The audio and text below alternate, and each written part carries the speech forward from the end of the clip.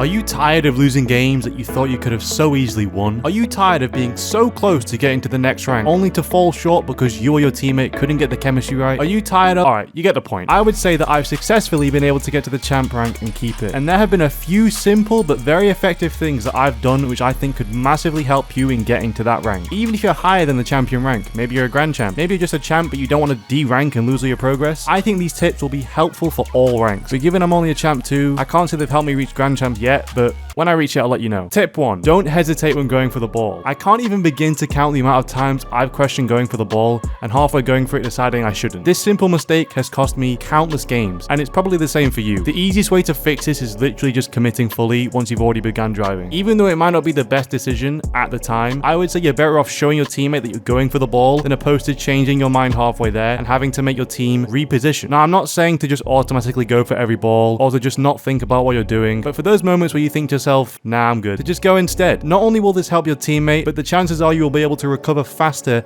even if the ball does end up going past you than if you had stopped yourself halfway and tried to reposition yourself mid-challenge. Tip number 2. Now, this next tip is going to sound counterproductive to some of you, but I can confidently say that this has worked for me in getting to champ, and that is not trusting your teammates. What I mean by this is that you should be more confident in your own abilities than just relying on the people on your team. Rather than hitting the ball all the way down the field on a clearance or just not thinking about what you're doing once you've gotten the ball, I want you to be trying to go as far as you can before passing to your team. The reason this works so well is in the lower ranks, most players just don't expect to pass. Obviously, once you get higher up in the ranks, it can be very helpful to pass, and although I'm not saying to just solo play everything, what I am saying is that you should only be using your teammates when you need to. If you have the opportunity to carry the ball downfield and get a flick on net, then do that. Your teammates at this rank will not be expecting you to try and pass to them. Therefore, trying to give the ball to them can cause you and your teammates to not know who's going for it, and that can lead to the other team just gaining possession. So once again, I'm not saying hog the ball for the whole game, but be precise with when you choose to pass. Don't just expect your teammate to be able to do everything, because the chances are they're probably thinking the same of you. Tip number 3. Learn to be mechanical. Mechanics in Rocket League have been something that people have debated on for a long time. Some people say that you can get to Grand Champ with no mechanics, and although I don't think that's completely wrong, I do think that you can rank up a lot easier and faster if you just put the time in to learn some very basic mechanics. For example, you should be learning how to aerial. This is something that not a lot of players at the diamond ranks and below can do. Therefore, even if you can just learn to do this, you will be putting yourself at a massive advantage compared to everyone else on the pitch. Practice for just 15 minutes a day in free play, rolling the ball up the wall and trying to bring it to the net. There are thousands of videos on how to aerial for beginners, and so you'll be able to pick it up in no time. The second mechanic you should be learning is flicks. I'm not saying breezy flicks or even musty flicks, just a basic flick off your car. Even in the higher ranks, flicks are one of the hardest shots to read. The power and precision you can get can be extremely handy in getting the goals you need to win games. Once again, practicing for just 10 to 15 minutes a day is really all you need as long as you're consistent and you actually want to get better. Now, the final mechanic I would say to learn is half flipping. When the time comes where you're in a spot that you need to get out of quickly, knowing how to half flip can be the difference between conceding a goal and not. Being able to quickly recover is one of the most important skills in Rocket League, and half flipping is one of the most effective ways to do so. Once again, there are countless tutorials on this, and it really doesn't take long to learn. I think this took me like a day or 2 to learn.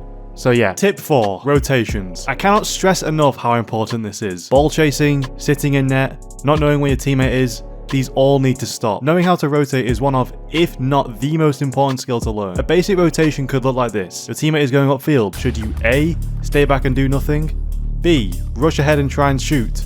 Or C, stay behind him preparing for if the possession is lost? C. The answer is C if you couldn't tell. Obviously, how you rotate is dependent on a lot of factors. For example, you could be thinking you should go backwards towards your own net, but then suddenly your team is going towards the opponent's net. Obviously, you should then make your way up the field. Or maybe you think it would be best to try and demo an opponent in front of your teammate so they have a clear shot. It all depends on the situation, but being able to learn the correct timing of these things is something that is crucial if you want to be consistent and rank up. This isn't something that will come quickly. I mean, I mess up my rotations a lot, but being able to learn from your mistakes and improve on them is the key factor here. And lastly, tip number 5, playing complementary to your teammate. Although I've said that you should only be passing when you need to, being able to adjust your playstyle to those in your team can be extremely helpful if you want to be able to rotate better and to avoid double commit. For example, if you notice that your teammate is a player that typically tries to go for aerial shots, then you should be positioning yourself so that you could gain possession if they were to miss. Another example could be if your teammate was messing up on kickoffs, then you could have it in your mind to either defend the net or cheat up and expect the ball to come to you. Overall, it's just helpful to acknowledge how your team plays, as this can be one of the leading factors in getting goals and winning. And although I think this tip tip should be obvious, it's something that I've had to make a conscious decision to focus on, as it's very easy to just solely think about yourself and how you're playing as opposed to those around you. So to recap, don't hesitate when going for the ball, as that can cause you and your team's positioning to get messed up. Only rely on your teammates when you need to, and choose when and how you pass as opposed to just giving up the ball. Learn some basic mechanics so that you can get an edge on your opponents, practice rotations, and finally, try and play in a way that works with how you and your team plays. So yeah, I mean, that's pretty much it. I mean, these are just some basic tips that I thought could help some of you guys watching. Obviously, this is my first video in this style, so let me know if you like this and if you want some more tips. I mean, hey, I'm not the best, but I've definitely reached a point in the game where I'm pretty confident, and I think obviously I've got a lot more room to improve, but yeah, I just hope that what I've said today can help some of you watching, and